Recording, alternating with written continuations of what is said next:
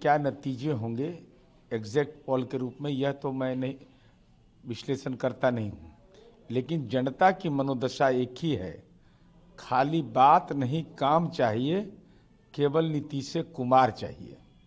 ये आम धारणा बिहार के आम आवाम का है। हर धर्म और समुदाय के लोगों ने, खास करके महिलाओं ने का जो वोट प्रतिशत बढ़ा है, और ये हमारे लिए गर्व का विषय है कि 20 वर्ष तक कोई राज्य का मुख्यमंत्री हो जिनके खिलाफ आपत्तिजनक टिप्पणी की गई, प्रतिपक्ष के नेता के द्वारा टिप्पणी की गई, लेकिन नीतीश कुमार जी ने सबको दिल में संजो करके रखा। लेकिन हमारी उम्मीद है कि जनता ईवीएम से उसका कड़ा प्रतिकार करेगी और फिर नीतीश कुमार जी 10वीं बार मुख्यमंत्री बनेंगे, एनडीए की सरकार बनेगी। अच्छा, एग्जिट पोल को लेकर के नेता प्रतिपक्ष तेजस्वी प्रसाद यादव ने कहा है कि हम लोग इसको देख करके ना ज़्यादा खुश होंगे ना हैरान होंगे, और अगर एनडीए के फेवर में आ भी रहा है तो प्रेशराइज किया गया है। ये वही मीडिया है जो कि लाहौर और पाकिस्तान पे कब्जा करा रहा था। देखिए, यह बयान ही दर्शाता है कि तेजस्वी यादव राजनीति में हार चुके हैं।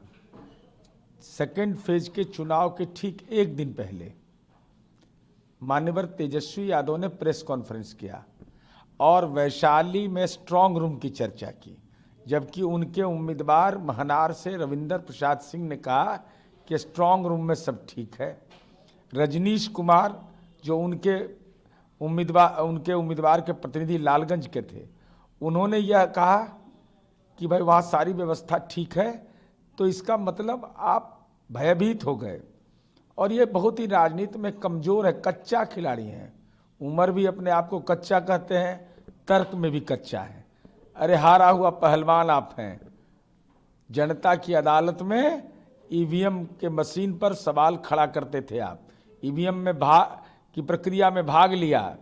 आपने यह कहा था कि चुनाव की प्रक्रिया में पढ़ाई लिखाई दवाई, ये नारे आपके दिल में संजोए रखे।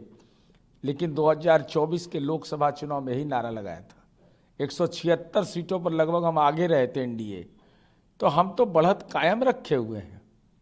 अच्छा, लगातार इस चीज़ को कह रहे हैं नेता प्रतिपक्ष की सरकार जो है वो चाहेगी कि वोट काउंटिंग जो है वोट्स की धीमी हो, उस पर दबाव डालेगी, हर तरीके की कोशिश करेगी, लेकिन इस बार जो है हम लोग 2020 के बनिस्बत क्लीन स्वीप करेंगे और महागठबंधन की सरकार बनाएंगे। क्या कहेंगे? बिहार में रहेंगे ना काउंटिंग के दिन। इनकी परेशानी यह है कि माइग्रेट कर जाते हैं, ये झटका नहीं बर्दाश्त कर पाते हैं हार का। 2019 के लोकसभा चुनाव के बाद जब चुनाव हारे तो ये बिहार से बाहर चले जाते हैं। 24 का लोकसभा चुनाव हारे तो माइग्रेट हो जाते हैं, कोविड के काल में माइग्रेट हो जाते हैं। इसलिए कोविड का राजनीति में इन्फेक्शन नहीं पकड़े, इसका ध्यान रखिए। और चुनाव आयोग संवैधानिक संस्था है, न्यायालय है, इसलिए कुतर्क मत ढूंढिए।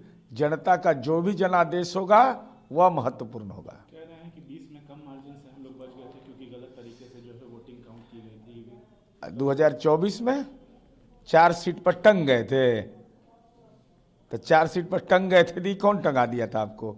176 सीट पर हम थे, एनडीए गठबंधन आगे था। अरे भाई, जनता का जो जनादेश होगा, बेचैन का है? ट्वीट प्रेस कॉन्फ्रेंस से जनता का जनादेश नहीं पाया जाता है। नकारात्मक बातें कह करके कि विकास नहीं हुआ, बिहार में तनाव है, बिहार बर्बाद आम हो गया, इस ढंग का तर्क न कोई सुनना चाहता है, न पसंद करना चाहता है।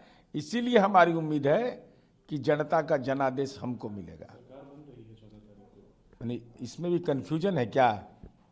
अरे ये भी 100% नीतीश कुमार जी के नेतृत्व में एनडीए की सरकार बनेगी। भाई तो फाइनल है। जब तक नीतीश कुमार जी की इच्छा है तब तक जनता की अपेक्षा है और एनडीए घटक दलों की आकांक्षा है। यही 3 मूल मंत्र है जिसके आधार पर नीतीश कुमार जी पुनः 10वीं बार मुख्यमंत्री बनेंगे। अच्छा, प्रधानमंत्री आज जो है दिल्ली में जो ब्लास्ट हुआ था, जो लोग घायल हुए थे, उन लोगों से मिलने के लिए हॉस्पिटल गए, जिस पर उनको क्रिटिसाइज भी किया गया कि जिस दिन हुआ था उस दिन जाना चाहिए था प्रेस में। आतंकी घटना पर सियासत होता है? आतंकी का कोई धर्म होता है, कोई जाति होता है? वह ऐसी घटनाओं पर सियासत किया जाता है। भाई घटना हुई, दुखद है, मार्मिक है, जिसका घर उजड़ा उसकी पीड़ा के साथ आप खड़े नहीं हैं, आरोप प्रत्यारोप शुरू कर दिए, तब पॉलिटिकल इन्वेस्टिगेशन कर रहे हैं। अरे लीगल इन्वेस्टिगेशन होने दीजिए। और आदरणीय प्रधानमंत्री जी हों, गृह मंत्री हों या विभिन्न राजनीतिक दल के नेता अगर उनसे मिलने जा रहे हैं, इसको भी अगर सियासत का विषय बना रहे हैं, तो हे भगवान, हे प्रभु, आप ही जानिए कि कौन सा राजनीति ये लोग पाप कर रहे हैं। जहाँ भक्ति है हर शब्द में, कथाओं में छिपे हैं दिव्य रहस्य और ज्योतिष देता है जीवन को दिशा। धर्म से जुड़ी हर बातों को जानने के लिए हमारे चैनल स्तुति को सब्सक्राइब करें। चैनल पर जाने के लिए इस लिंक पर क्लिक करें।